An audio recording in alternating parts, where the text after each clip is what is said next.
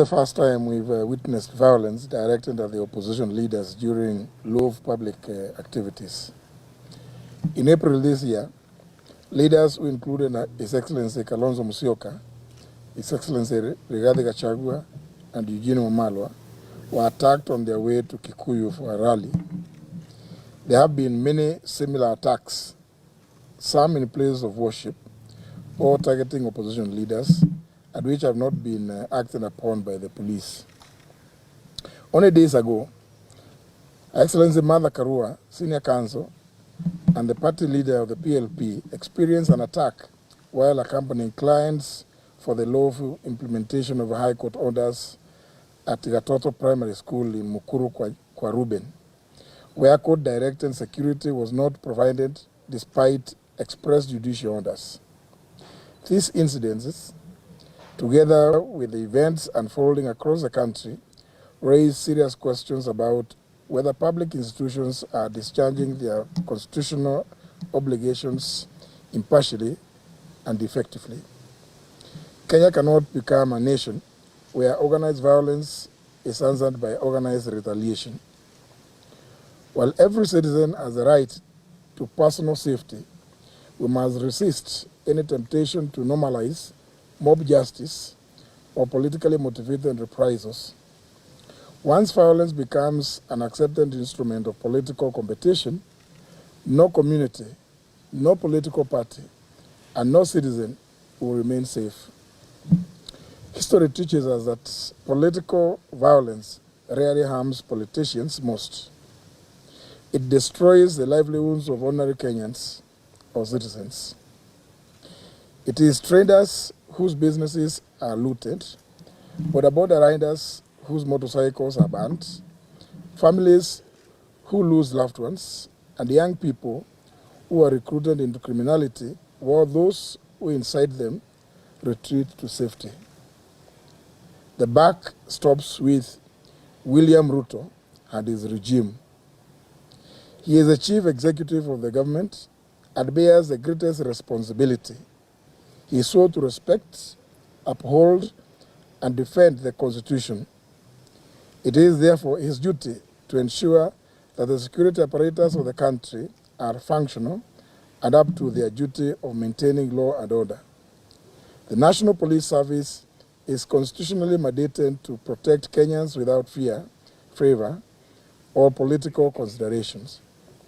Law enforcement agents must act impartially to prevent violence whenever it occurs, investigate every criminal act, and ensure that all perpetrators, sponsors, and organizers are held accountable through due process.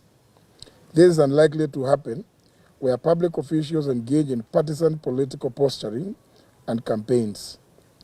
Unfortunately, the CS for Internal Security, Juan Kipchumba Murkomen, and his PS Raymond Omolo are playing partisan politics, which distorts the role of security agencies. We are aware of the mobilization of police from all corners of the Republic to go to Olkalou. We urge police deployed to Olkalou to perform their duties impartially and to reject any unlawful orders to violate the law and play partisan roles. The IEBC, police deployed to man elections, are deemed to be electoral officials and are under your direct command, and you must issue any lawful orders, and any partisan engagement by police will be attributed to you if not acted upon. I yield to my brother. Equally, political leaders across the divide must exercise restraint in both word and deed. Leadership demands responsibility, especially during moments of heightened political tension. We must reject language that fuels division and instead reaffirm our shared commitment to peaceful democratic competition. Kenya demonstrated constitutional maturity in 2022 through a peaceful transfer of presidential power. We must not allow that achievement to be undermined by a growing culture of intimidation, goonism, and politically sponsored violence. I want to add state-sponsored political violence. We therefore call upon the government to reassure, I think we are being very polite here, to reassure all Kenyans that every lawful political gathering will receive equal protection under the law. Public confidence in the impartiality of state institutions is indispensable to democratic stability. Finally, we appeal directly to our fellow citizens, wazalendo wenzetu. Do not allow yourselves to become instruments of violence on behalf of any political interest. Refuse to be recruited into gangs. Refuse to retaliate against fellow citizens. These are your brothers and sisters. Protect one another. Uphold the Constitution and insist that political differences be resolved through lawful institutions, not through the streets. To the IBC, as you preside over Olkalou by-election, do so under the law and perform your duties with utmost professionalism and impartiality. We have seen the statement by Mr. Efcon. The only thing I remember is saying, don't take photos, whatever. Don't use your phones and what have you. This for Mr. Efcon. We're telling it to you directly and your team. If you bungle Olkalou, Kenyans have absolutely no reason to hold you in high esteem. You have powers to sanction anyone, including bigwigs in government, who violate electoral laws as well as those who orchestrate violence. Do not stand idle while the integrity of elections and your very own office is eroded. What happens on Thursday will demonstrate whether or not you are an impartial arbiter. As I've actually repeatedly said, you have the opportunity to prove you are not a William Ruto commission, that you are Kenyan Independent Electoral and Boundaries Commission. And secondly, your capacity to hold a free and fair and credible general election will actually be put to test on Thursday. Kenya belongs equally to those who govern today and to those who aspire to govern tomorrow. We reiterate, the alternative united government. Let us therefore choose peace over provocation, law over lawlessness, and national unity over political division. Let all state agencies, including the police and IBC, serve all equally without fear or favor. We have seen, Mr. Kanja, you're deployed of 1,000. I think it's on everybody's telephone. 1,000 police have been deployed to Olkalou. We pray to God that this is not another kind of election as happened in Bere North. And the country noted. UDA lost Bere election. UDA lost in Malaba.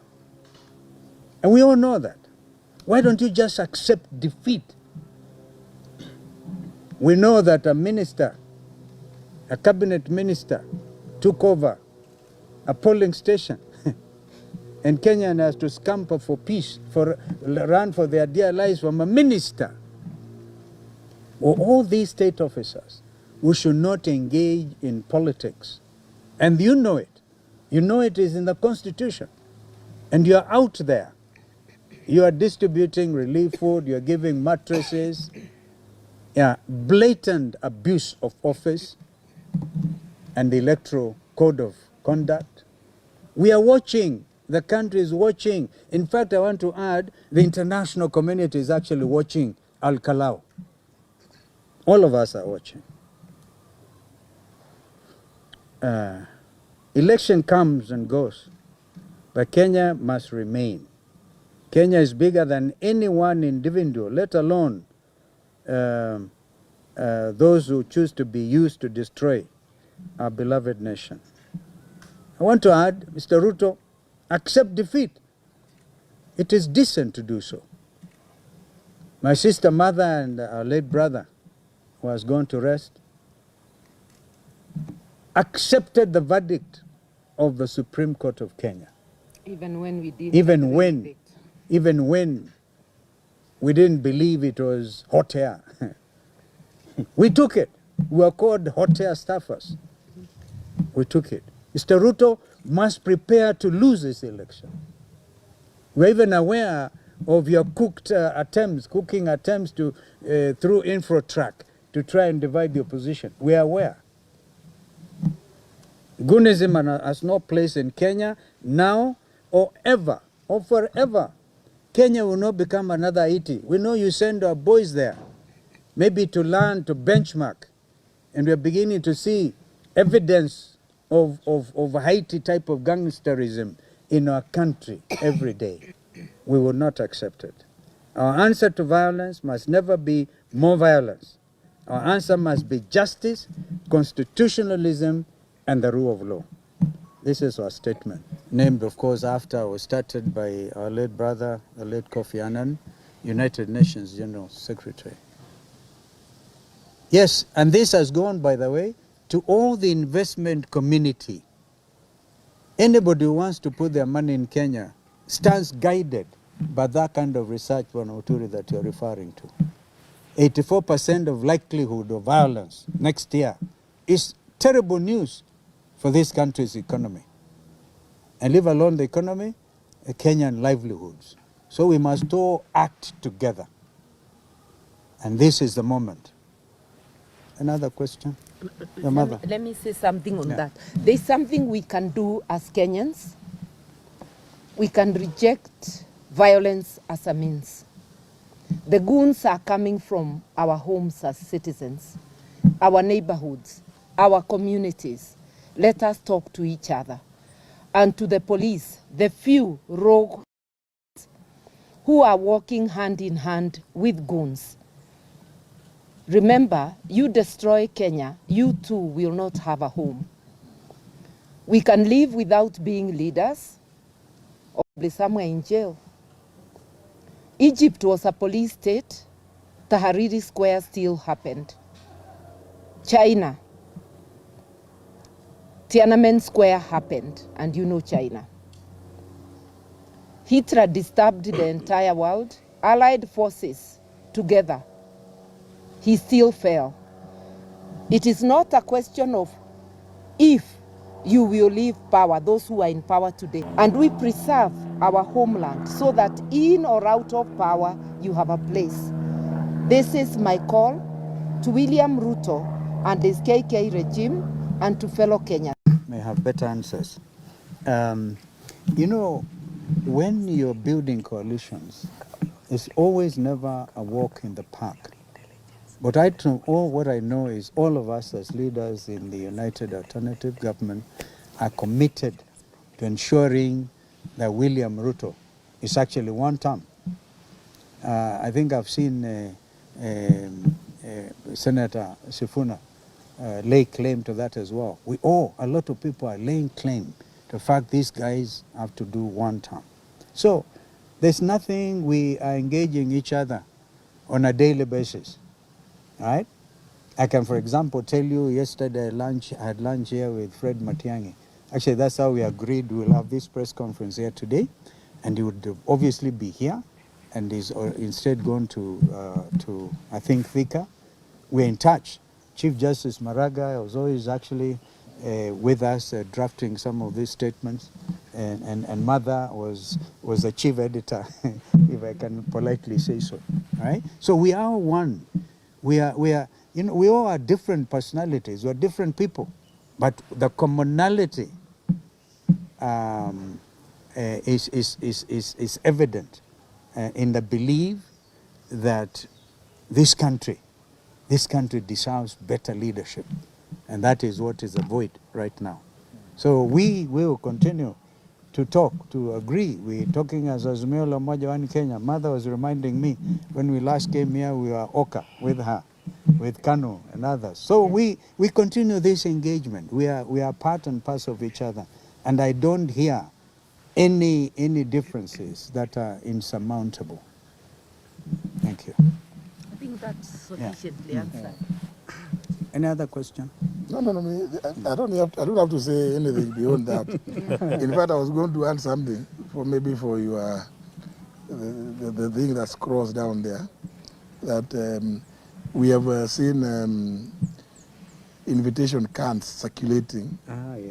Where William Ruto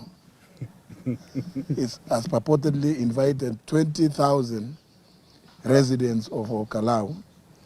He does not refer to them as voters, although the residents of Olkalou are the ones who are going to vote, to State House tomorrow for dinner.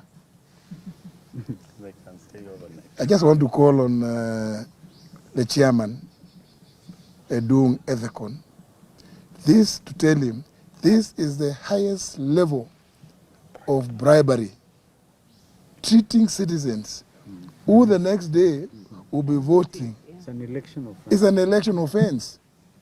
This William Ruto must be reminded, and we've said it in the statement, what you saw at Kasarani, that you will uphold, protect, and defend the Constitution, among other things, is to defend it against crimes, heinous crimes like bribery, bribing citizens. So, Edung Ethekon and your team